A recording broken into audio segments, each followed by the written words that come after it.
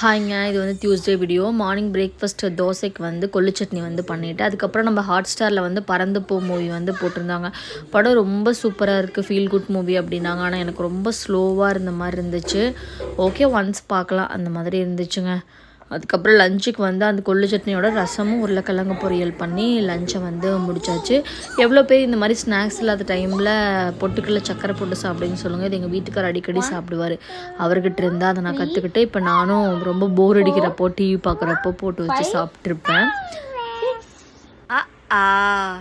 அப்புறம் மதியம் நேரம் கொஞ்சம் தூங்குறதுக்கு முன்னாடி கொஞ்சம் எப்போயாவது நான் சொல்கிறத கேட்பா. அப்போ வந்து ஏதாவது சொல்லி கொடுத்தனா அது கொஞ்சம் நேரம் அப்சர்வ் பண்ணி கேட்டுட்ருப்பா. அதுக்கப்புறம் நைட்டு வந்து இட்லியும் அந்த தண்ணி சட்னி, மதுரை ஃபேமஸ் தண்ணி சட்னி யூடியூப்பில் ரொம்ப ஃபேமஸாக இருக்குது, அதை தான் பண்ணியிருந்தேன். சாப்பிட்டு முடிச்சிட்டோம். காலையிலேருந்து நல்ல விளாட்டு இருந்தாங்க. அதுக்கப்புறம் ஒரு 1.5 மணி நேரம் அழுகிறா. எதுக்கு டிவி போட்டாலும் வேணாங்கிறா, சாப்பிட கொடுத்தாலும் வேணாங்கிறா.